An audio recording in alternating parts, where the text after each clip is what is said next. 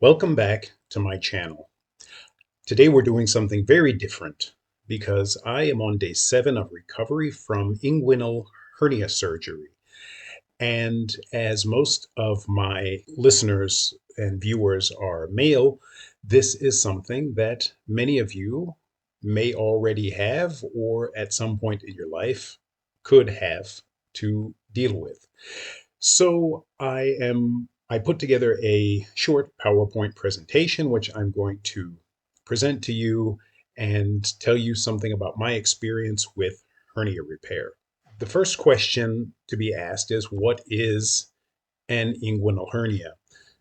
So the inguinal canal is where in males, the spermatic cord runs through the inguinal canal from something called the internal inguinal ring.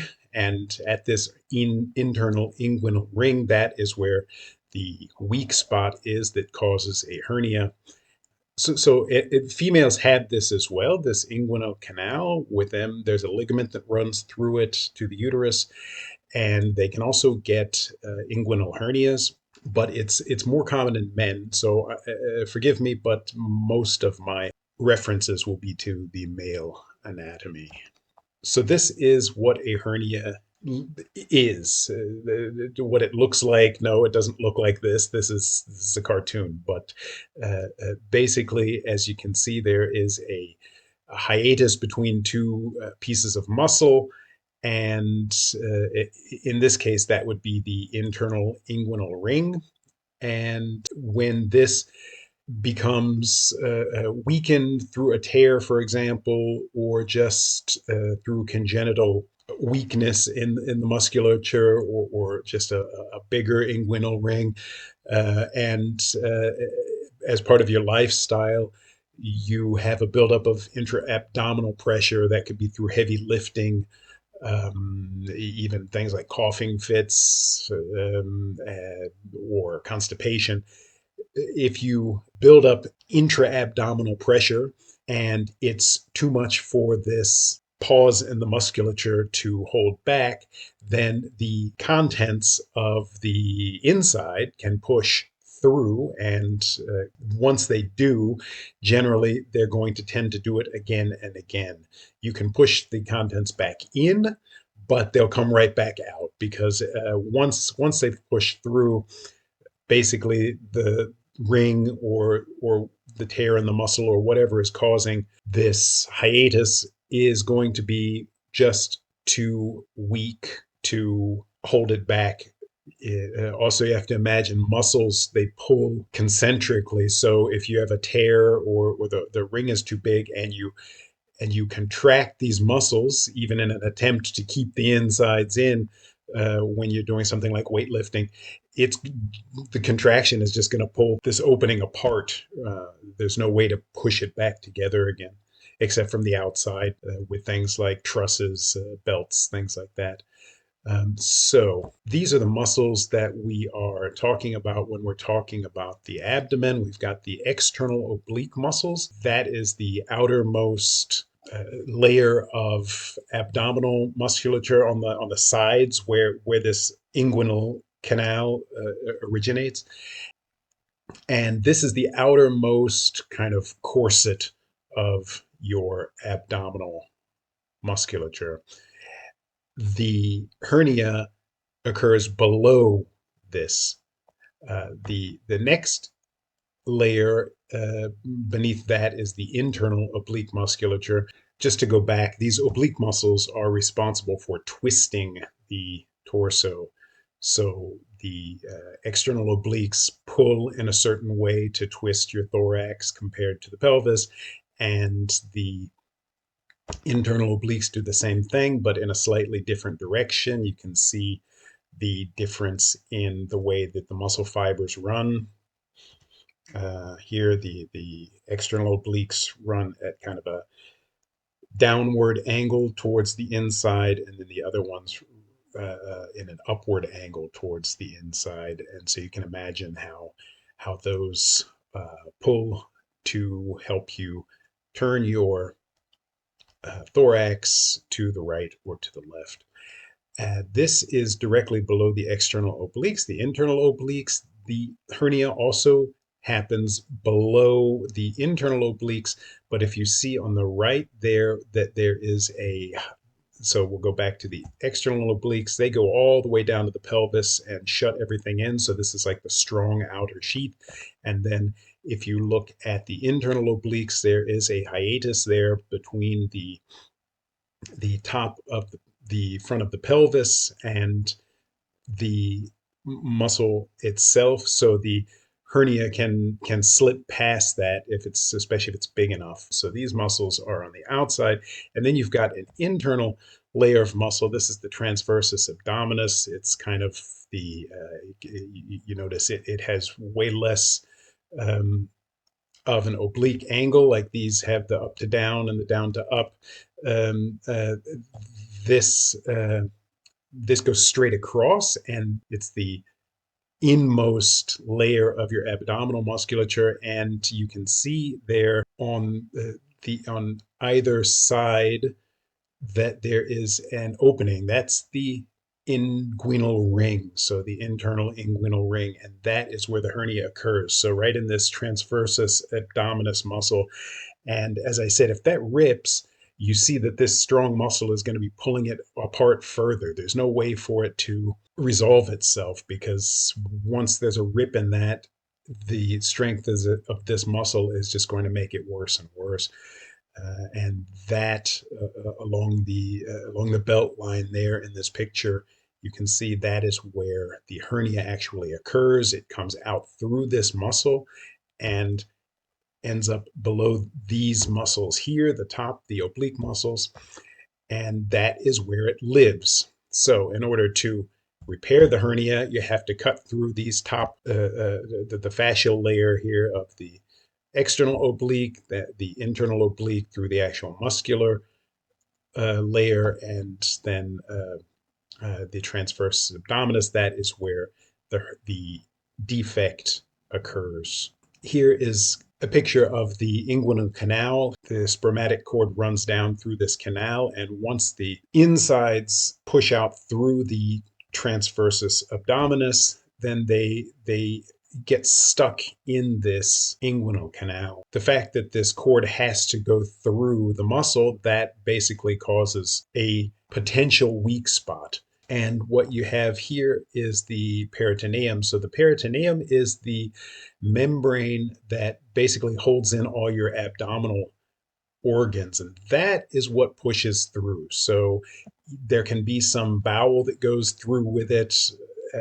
Depending on where the hernia is, other parts of the anatomy can push through, but the peritoneum is it encases that. It's you have to imagine it like a very thin membrane, and you can see here on the right where the inguinal canal goes down towards the genitals, and if the hernia is big enough, as it was in my case, it pushes through this inguinal ring at the top, and it will wander down this canal that you see here on the right and push all the way down to the pubic bone. And I had that. Mine was, it started off the size of maybe a boy, like a pea. And then when I was doing squats at the gym, I noticed it coming out, and I was not smart enough to realize what it was. I just thought it was interesting. Oh, wow, look at that. When I brace, this kind of weird little spot of my stomach comes out. I thought it was maybe a blood vessel. I had no idea at the time. And even though I'm the kind of guy who will go online and look up everything, at the time, it just didn't occur to me. And very soon after, as I continued exercising, the bulge got bigger until it eventually moved all the way down and stopped at my pubic bone. By the time that had happened, I realized what it was. I looked it up and became very careful, because once it gets down that far in the inguinal canal, as you can see, that the next step is down into your scrotum, and that can happen too. So if this lower inguinal ring also ends up with a defect, you can see there on the right, there's also a round hole indicated That is also another ring. That's the bottom part of the inguinal canal. And if that decides it's going to open up because the pressure is too great, then you end up with the whole thing down in your sac. And I imagine that that must be extremely painful, and it's almost impossible to push back in at that point. When it's still in the inguinal canal, you have the ability mostly to push it back in. What I did is I used a truss, which is a belt that you wear on the outside.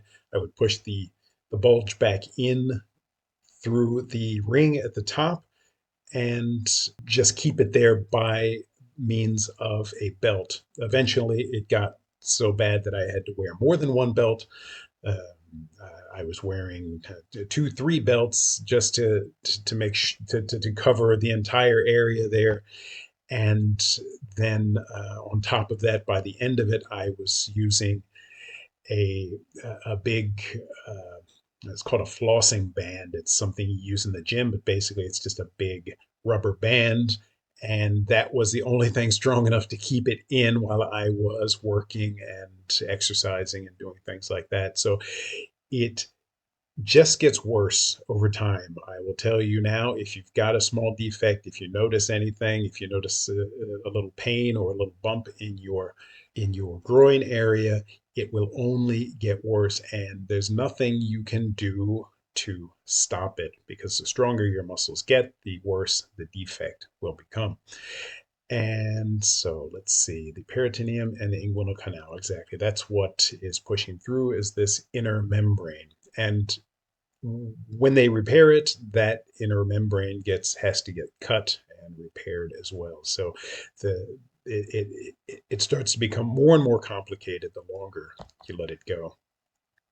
So inguinal hernia repair is a thing. It's the most performed operation on the planet. And there are options available. And as a matter of fact, there are quite a few different options available. And that's what I'm going to talk about now. So there are two types, basic main types of hernia repair. There's the open surgery and the laparoscopic approach. And in open surgery, they cut through the muscular and fascial layers that we talked about before with the obliques and get down to the defect, and then use some sort of technique to strengthen or close up that defect. The laparoscopic approach is what they call a minimally invasive approach, where the surgeon makes a few small cuts rather than one big cut, and uses a kind of a thin instrument to burrow down to the defect.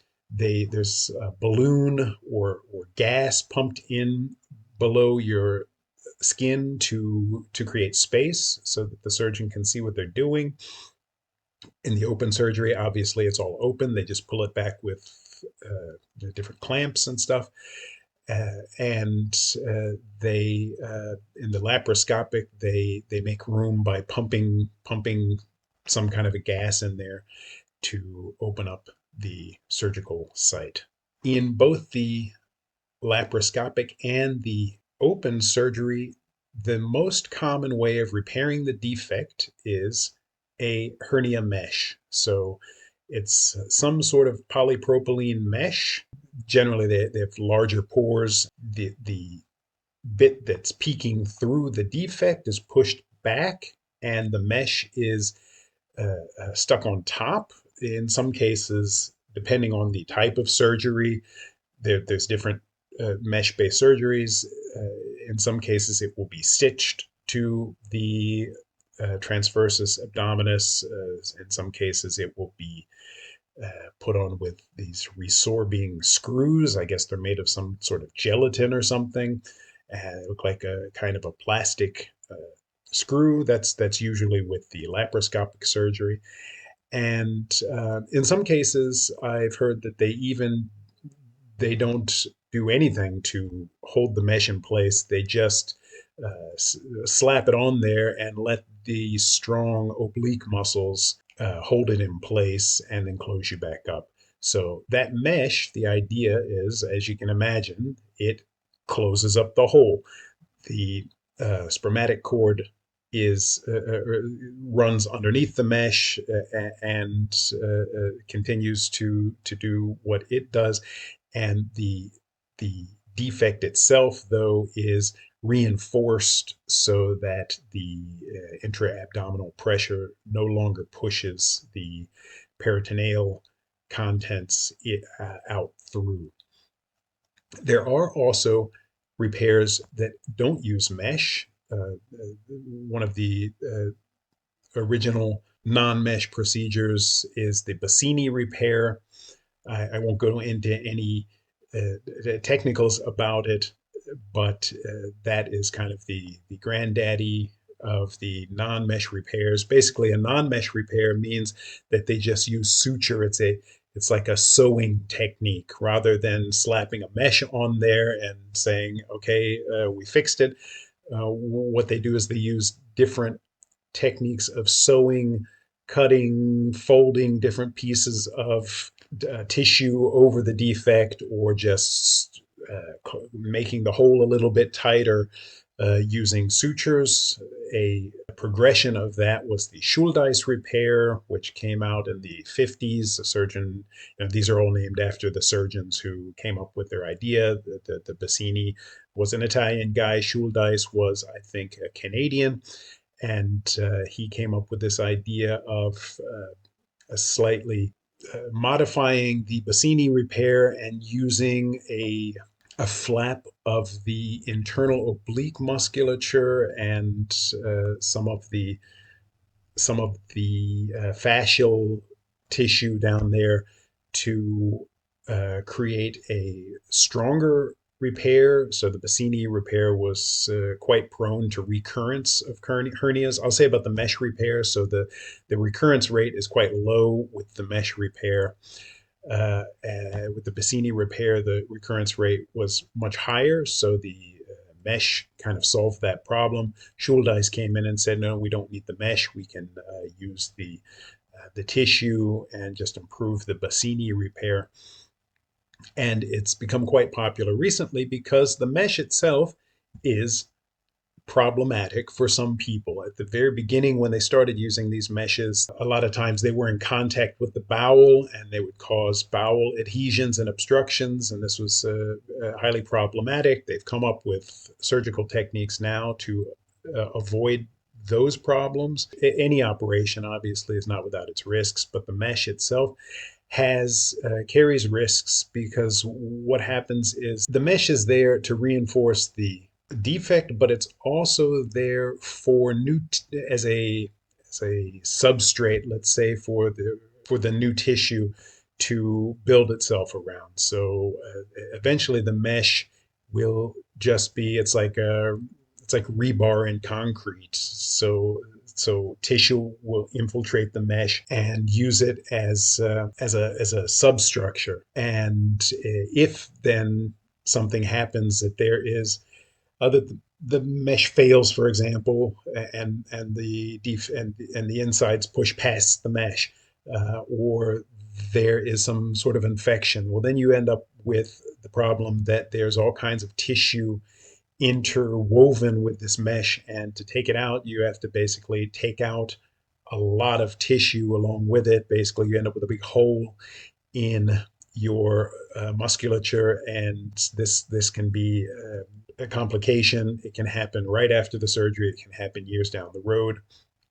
Some people just have a bad reaction to having such a large foreign body in their body. So that's why these tissue-based, suture-based repairs are preferred by some people and by some surgeons. And I personally chose a tissue-based repair. The one that I chose is a newish technique named after the surgeon who invented it. It's not a completely new invention. It's also a modification of an older technique. It's called the Desarda repair, Desarda. So the big difference between the Desarda repair and the Schuldeis repair that I talked about is that the Schuldeis uses a flap of the internal oblique and uh, tacks it down to the inguinal ligament, which is a ligament that runs down along the pelvis below where I showed you this hiatus in the internal obliques. So, right along that line there, where there's an opening at the bottom between the pelvis and the muscle, there's a ligament. And the Schulleis repair would take a piece and tack it down to this ligament, and that's when you end up with tension. So you're taking something that's meant to live 4 or 5 centimeters further up, and you're stretching it and tacking it down to this ligament.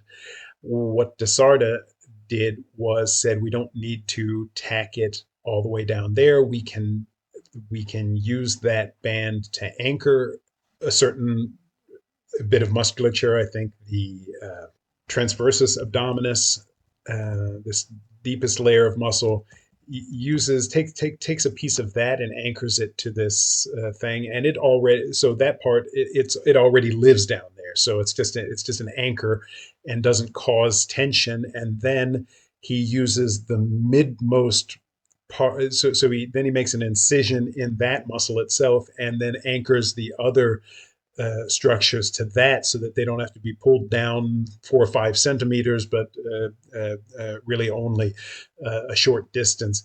And so you end up with a multi-layered repair that doesn't create tension that's not meant to be there in the musculature. And that's the repair that I got.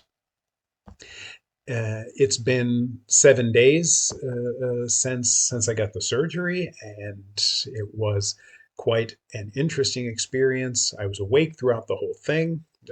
I guess that's another thing to talk about. So, if you have the laparoscopic surgery, you have to undergo general anesthesia, uh, meaning that they put you under. They use propofol and fentanyl to keep you asleep, and then because you won't because that lames the breathing apparatus. Then you're put on a sort of ventilator to keep you breathing throughout the operation.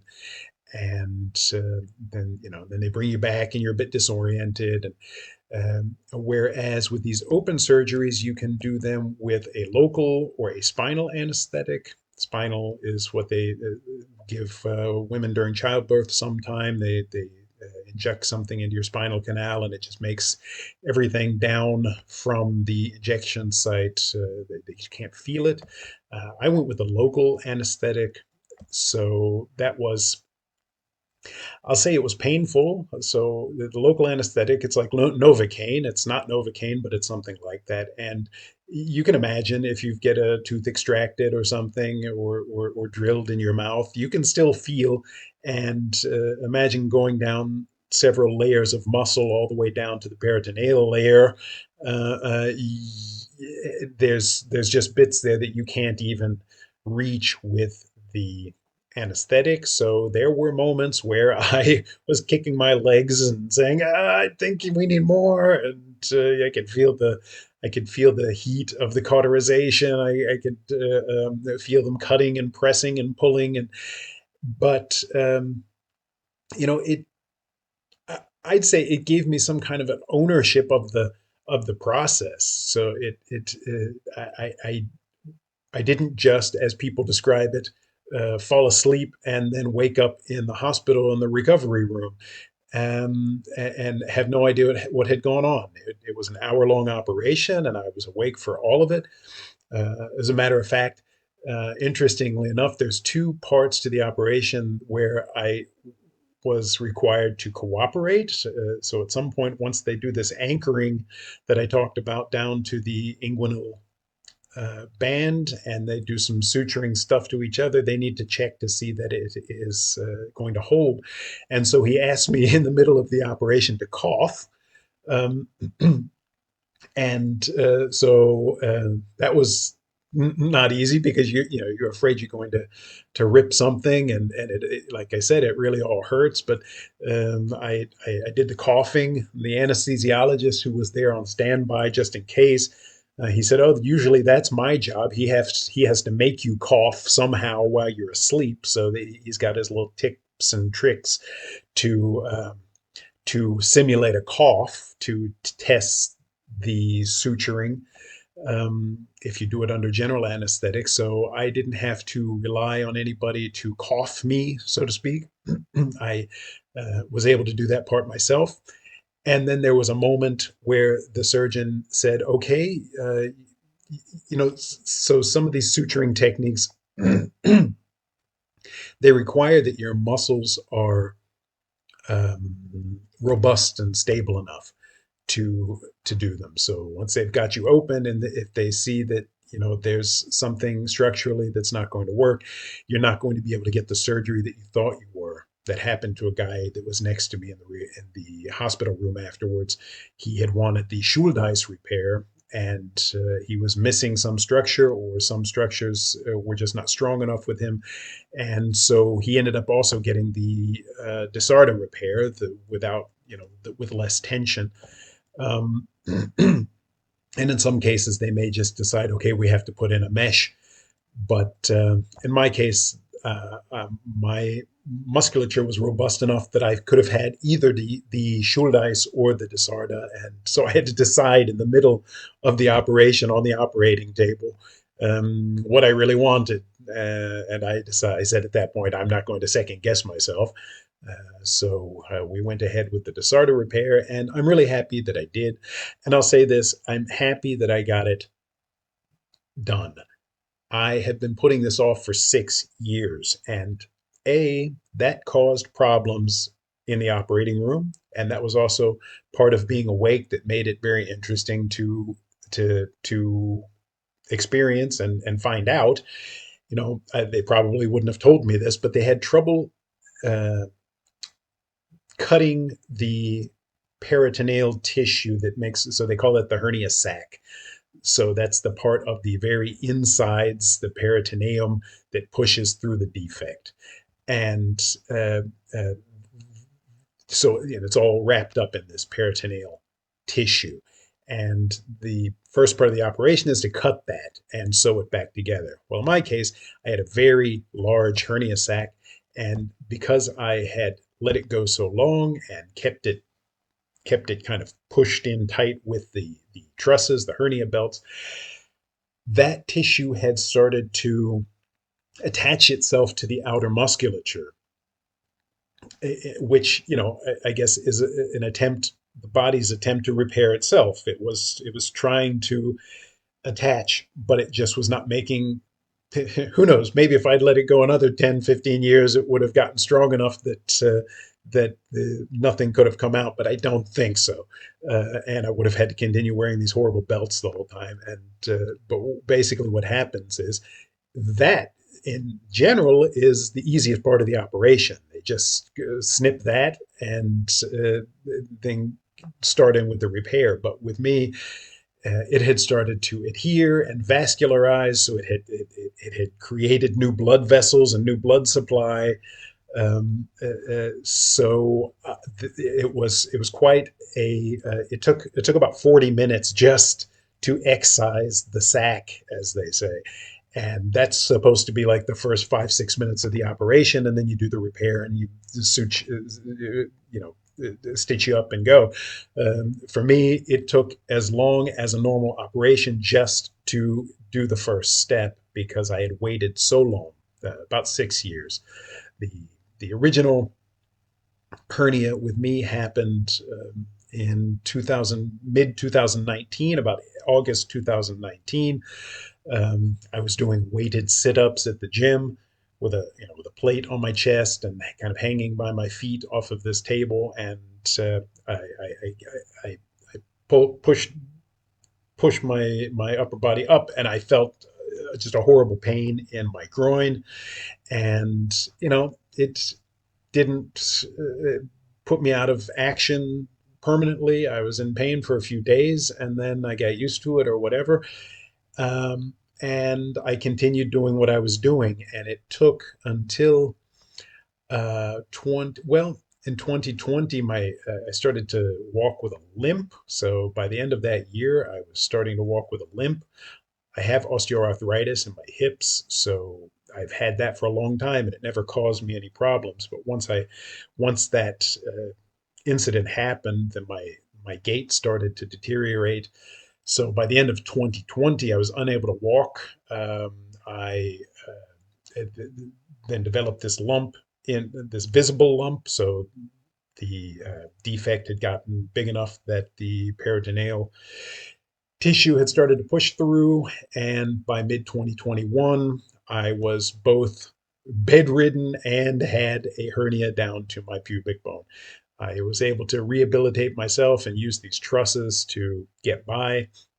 But basically, since mid 2021, my life has been kind of not really easy.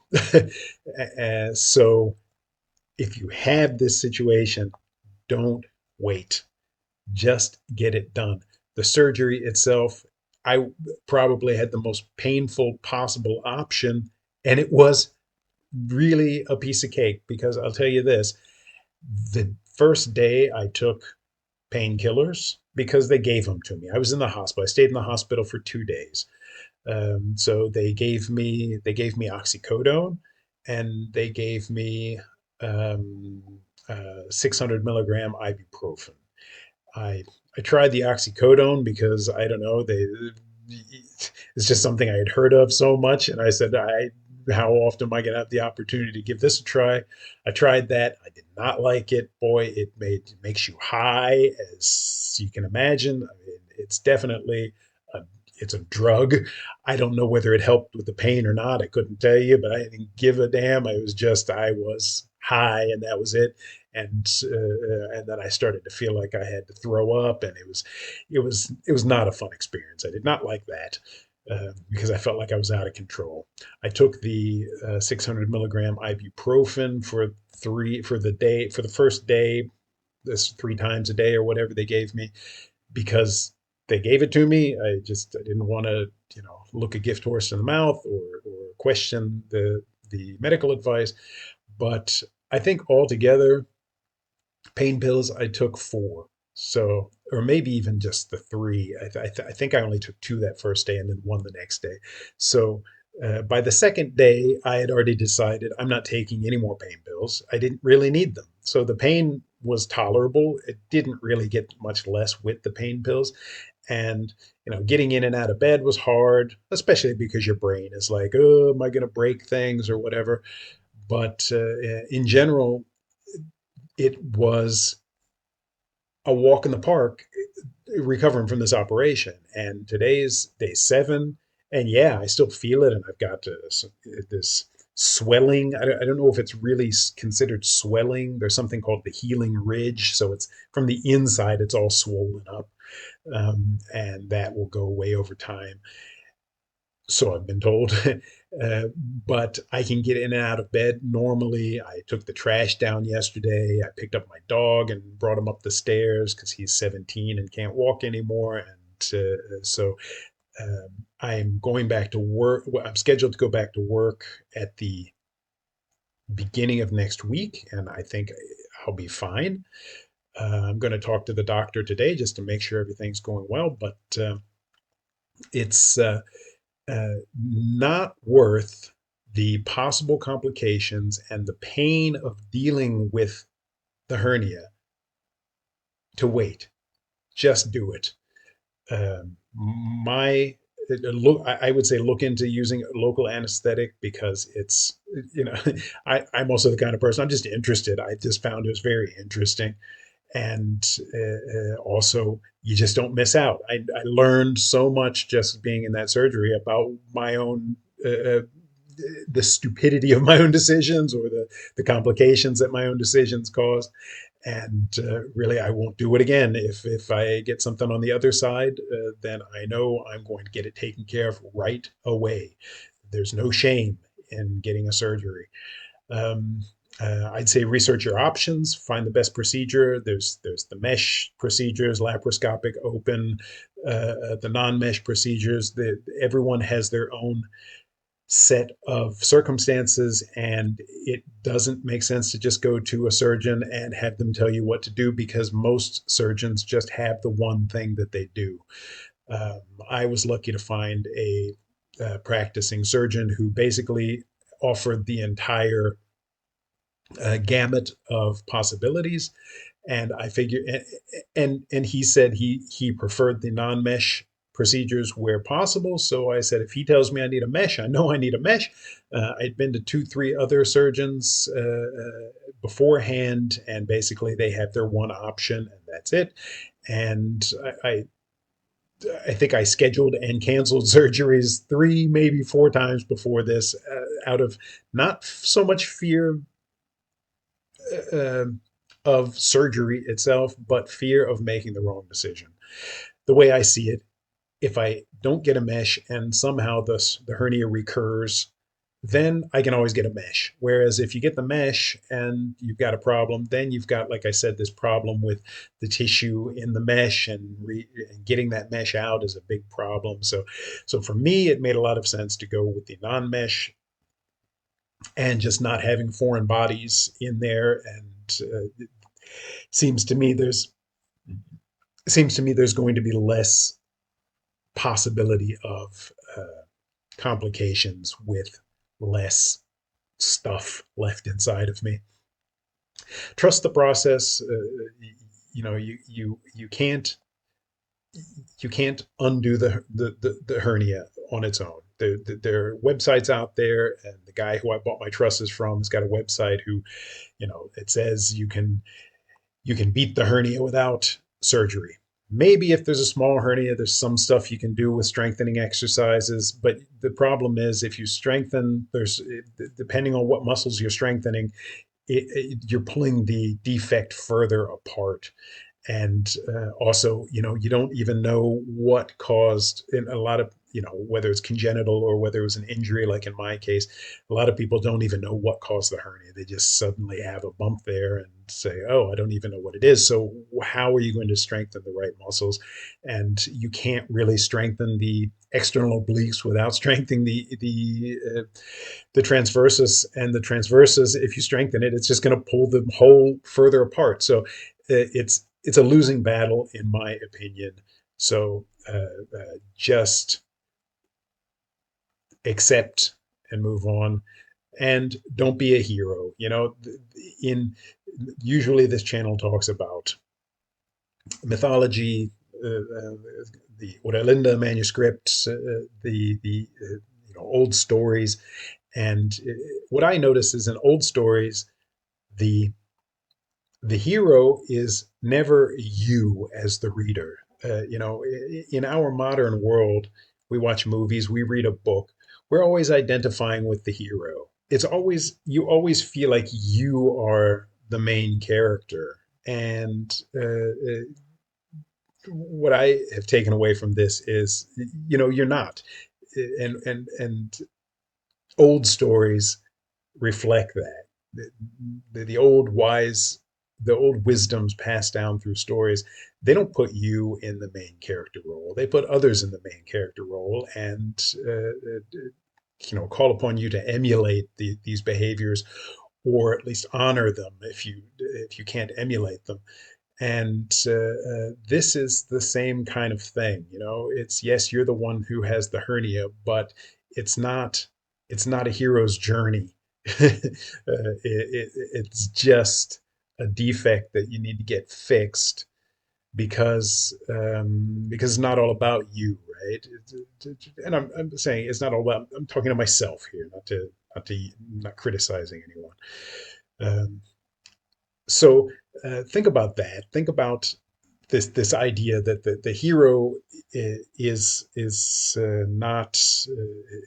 not you. You're not the star of this show. You're just a piece of this beautiful tapestry of life, and all of us have our part to play. And you can't play your part correctly if you're not functioning in the way you need to function. So if you have a hernia, get it done. If you have any questions about hernia surgery, leave them in the comments. I don't have really any answers, but maybe I can at least tell you something about my experience and use the resources at your fingertips with the internet and especially YouTube. There's all kinds of stuff out there. Uh, the Desarda repair is the one that I got, but there's other ones too, and none of them probably is ideal for anyone, for everyone, but there's got to be some solution out there for you, and I encourage you to get it done ASAP. Thanks for listening. See you soon.